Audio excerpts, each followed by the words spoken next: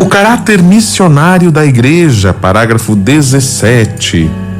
Parágrafo 17, parágrafo longo, nós queremos partilhar hoje. Diz assim então: assim como fora enviado pelo Pai, também o Filho enviou os apóstolos. João 20:21, dizendo: e depois de ensinai a todas as gentes, batizando-as em nome do Pai e do Filho e do Espírito Santo, ensinando-os a observar tudo aquilo que vos mandei. E eis que estou convosco todos os dias, até a consumação dos séculos. Mateus 28:18-20. Então o Pai envia o Filho envia os apóstolos. E os apóstolos, eles representam a sucessão na igreja. Então, a partir da sucessão apostólica é que nós temos também a nossa missão de sermos missionários. Este mandamento, diz o Papa, este mandamento solene de Cristo de anunciar a verdade da salvação, recebeu a igreja dos apóstolos para lhe dar cumprimento até os confins da terra. Por isso, faz suas as palavras do apóstolo: ai de mim se eu não evangelizar. A igreja assume as palavras de Paulo: ai de mim se não evangelizar. Quem é a igreja? Aí nós vamos voltar lá para o início da nossa catequese, né? A igreja são todos os batizados, é o povo de Deus. Aquela musiquinha antiga, né? Eu sou a igreja, você é a igreja, somos a igreja do Senhor, todos nós somos a igreja. Então, ai de mim se eu não evangelizar. E continua sem descanso a enviar arautos do evangelho, até que as jovens igrejas fiquem perfeitamente estabelecidas e continuem por si mesmas a obra de evangelização. Igrejas jovens são aqueles lugares onde a igreja faz pouco tempo que chegou, ou se não faz pouco tempo, ao menos ainda não conseguiu uma força própria, autóctone. Olha essa palavra difícil que o padre falou aqui, né? Uma força própria, do próprio local. Então nós sabemos, por exemplo, o Brasil, no início da evangelização, e não faz muito tempo que deixamos de receber muitos missionários. O Brasil foi evangelizado por missionários, de modo especial europeus. Muitos europeus vieram para nossa região, ajudaram a evangelizar, a catequizar. Agora, muitos brasileiros vão para outros lugares, até que aqui se estabeleça uma força própria da igreja. Então, essa é a missão. O Espírito Santo, diz o Papa, impele-a para cooperar na realização do propósito de Deus, que estabeleceu Cristo como princípio de salvação para o mundo inteiro. Cristo é o princípio da salvação, mas a igreja vem como colaboradora neste propósito de Deus, guiada pelo Espírito Santo. É a força do Espírito Santo. Você percebeu que toda a obra missionária, ela é guiada pela Trindade? O Pai envia o Filho envia os apóstolos, mas este envio do Filho aos apóstolos é por meio da Trindade Santa. Pai, Filho e Espírito Santo. E quem continua aí guiando e conduzindo a igreja é o Espírito Santo. Então a missão é uma obra trinitária, é uma obra da Trindade para nós. Pregando o Evangelho, a igreja dispõe os ouvintes para crerem e confessarem a fé.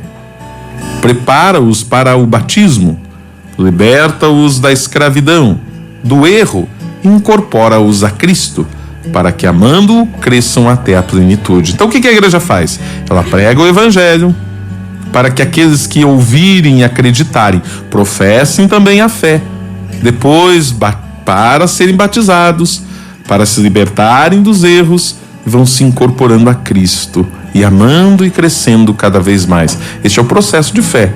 Eu ouço a palavra, eu quero mudança de vida, eu busco o batismo, eu busco cada vez mais me aperfeiçoar ao amor de Cristo até a plenitude. É o caminho que nós todos somos chamados a realizarmos.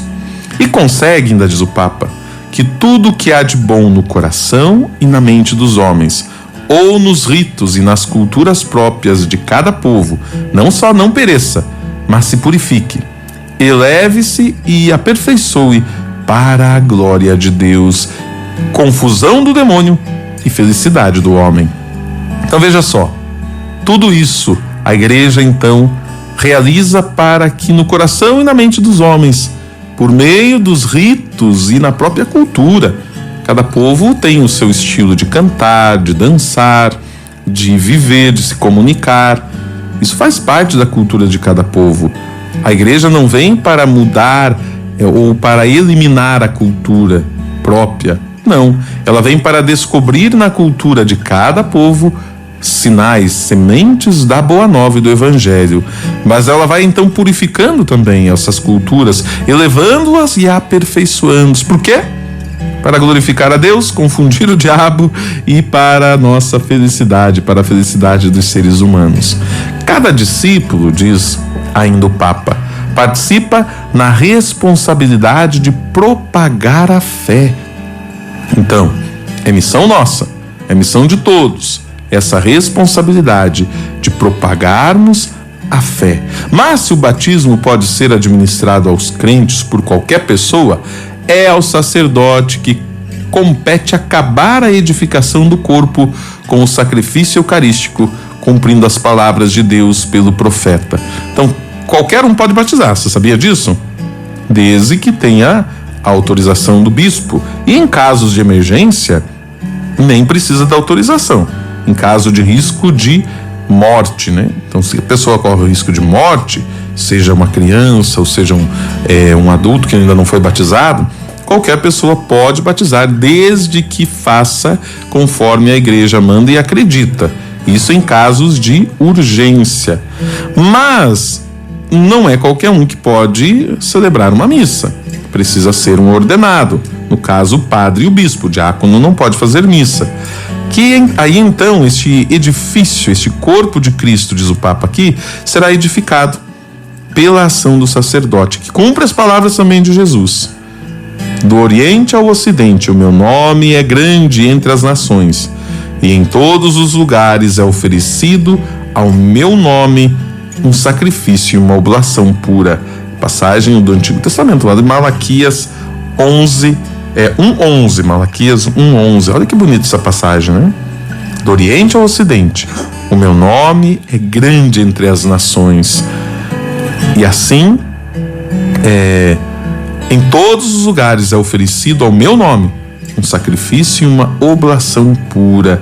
Sacrifício e oblação pura aqui agora não é mais o antigo sacrifício de animais, de cordeiros ou de outros sacrifícios, até mesmo humano. Agora o sacrifício é a recordação do sacrifício de Cristo na cruz por cada um de nós. Assim, a igreja comunga operações e esforços para que o mundo inteiro se transforme em povo de Deus, corpo do Senhor e templo do Espírito Santo. E para que em Cristo, cabeça de todos, seja dada ao Pai e Criador do universo toda a honra e toda a glória. Aqui estão então os nossos esforços. A igreja vai conjugar essas operações e esforços. O que é essas operações e esforços? A sua estrutura, o seu espaço, a sua dinâmica, a sua metodologia, para transformar então este povo de Deus cada vez mais em sacrifício santo, oferecido em expiação para os pecados de todos. E assim então nós vamos honrando e glorificando ao nosso Senhor.